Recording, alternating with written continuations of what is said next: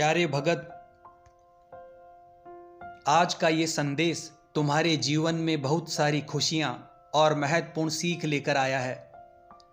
तुम्हें खुशियां और सफलता पाने का रास्ता भी मिलेगा। इसीलिए आज के संदेश को बीच में मत छोड़ना और अंत तक जरूर सुनना। प्यारे भगत, प्रभु अपने हर एक बच्चे के दुख और सुख को भली भांति समझते हैं और सही समय आने पर उनकी सहायता भी करते हैं। तुम दुखों से घबराकर प्रभु को कोसना शुरू कर देते हो, मगर कभी भी ये विचार नहीं करते हो कि ऐसी हालत तुम पर क्यों गुजर रही है। जब तुम कोई गलती करते हो तो क्या तुम्हारे माता पिता तुम्हें डांटते नहीं हैं, मारते नहीं हैं? और तब क्या तुम रोते और बिलखते नहीं हो? मेरे प्यारे भगत, ठीक इसी प्रकार से अभी जो हालात तुम पर आन पड़े हैं, ये भी तुम्हारे किसी बुरे कर्म का साया है। और जिस घड़ी में तुम्हारे बुरे कर्म फल समाप्त होंगे, उसी पल से तुम्हारे जीवन में सब कुछ सामान्य होकर खुशियां जीवन में दस्तक देगी। और वो समय भी अब बहुत निकट आ चुका है। प्यारे भगत, कभी भी प्रभु पर तुम्हारी आस्था और विश्वास कम नहीं होना चाहिए, क्योंकि वही तुम्हारे पालनहार है। जब दुख ज्यादा आ जाता है, तब तुम परमात्मा पर और अधिक विश्वास रखने की बजाय उनसे मुंह फेर लेते हो। तुम्हें ऐसा प्रतीत होता है कि प्रभु को तुम्हारी तनिक भी चिंता नहीं है, मगर ऐसा नहीं है। प्यारे भगत, प्रभु हर एक क्षण तुम्हारी रक्षा करते हैं, जिसे तुम समझ नहीं पाते। अब तुम मेरी बातों को जरा गौर से सुनना और समझना। एक इंसान परमात्मा को बहुत मानता था और बड़े प्रेम भाव से उनकी सेवा, पूजा और अर्चना करता था। फिर एक दिन उसने परमात्मा से कहा कि मैं आपकी इतनी भक्ति करता हूं, पर मुझे आपकी अनुभूति नहीं होती। मैं आपसे प्रार्थना करता हूं कि भले ही आप मुझे दर्शन मत दो, पर ऐसा कुछ करो जिससे मुझे यह एहसास हो कि आप मेरे साथ हो। ईश्वर ने कहा, प्यारे भगत, ऐसा ही होगा। तुम रोज सुबह समुद्र के किनारे सैर पर जाते हो, और जब वहां तुम रेत पर चलोगे, तब तुम्हें 2 पैरों की जगह 4 पैरों के निशान दिखाई देंगे। 2 पैर तुम्हारे होंगे और 2 पैर मेरे होंगे। इस तरह तुम्हें हमेशा यह एहसास होगा कि मैं तुम्हारे साथ हूं। अगले दिन जब वो व्यक्ति सैर पर गया, तो उसे रेत पर चलते हुए अपने पैरों के निशान के साथ 2 पैरों के निशान और दिखाई देने लगे। वो बहुत खुश हुआ, क्योंकि उसके साथ स्वयं साक्षात प्रभु थे। अब हर दिन ऐसा होने लगा। समय बीतता गया और अब उस व्यक्ति के जीवन में बहुत कठिन समय ने दस्तक दिया। उसको व्यापार में बहुत बड़ा घाटा हुआ। इतना घाटा हुआ कि वो सड़क पर आ गया। उसके अपनों ने भी उसका साथ छोड़ दिया। सब उस पर ताने कसते और कई लोग तो उसका मजाक भी बनाते। वो बहुत दुखी रहने लगा, पर उसके दुख की सीमा तब पार हो गई जब वो समुद्र के किनारे सैर पर निकला। तब 2 ही पैरों के निशान थे। वो सोचने लगा कि वाह रे ईश्वर, सबने छोड़ा, कोई बात नहीं, पर तुमने भी छोड़ दिया। एक तू ही तो मेरा सहारा था। अब सब कुछ खत्म हो गया था, पर उसमें हिम्मत पता नहीं कहां से आ रही थी। उसने फिर कुछ सालों बाद अपनी मेहनत से धीरे धीरे सब कुछ ठीक कर दिया।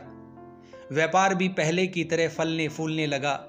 रिश्तेदार और अपने जो सब साथ छोड़कर चले गए थे, वो भी वापस आ चुके थे। और एक दिन समुद्र की रेत पर फिर से 4 पैर बनने लगे।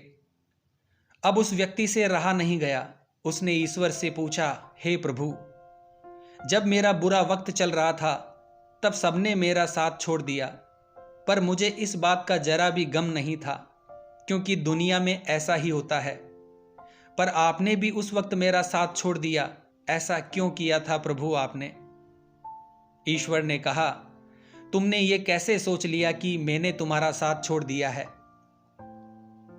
अपने बुरे वक्त में जो तुमने रेत पर 2 पैरों के निशान देखे थे, वो तुम्हारे पैरों के निशान नहीं थे, वो मेरे थे। मेरे प्यारे भगत, तुम तो मेरी गोद में थे, और आज जब तुम्हारा बुरा वक्त खत्म हो गया है तब मैंने तुम्हें नीचे उतार दिया है, इसीलिए तुम्हें फिर से 4 पैरों के निशान दिख रहे हैं। प्यारे भगत, याद रखना, प्रभु हमारा साथ कभी नहीं छोड़ते हैं। उस परमात्मा से करीब तो कोई हो ही नहीं सकता।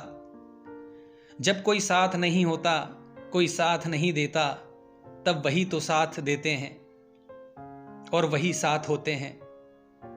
बस तुम्हें एहसास नहीं होता, विश्वास नहीं होता है। व्यक्ति बोलता है, प्रभु ना मैंने तुमको देखा है, ना कभी हम मिले हैं, फिर ऐसा क्या रिश्ता है तेरा और मेरा कि दर्द कोई भी हो याद तेरी ही आती है। इसीलिए प्यारे भगत, अपनी आस्था कभी कम मत होने देना।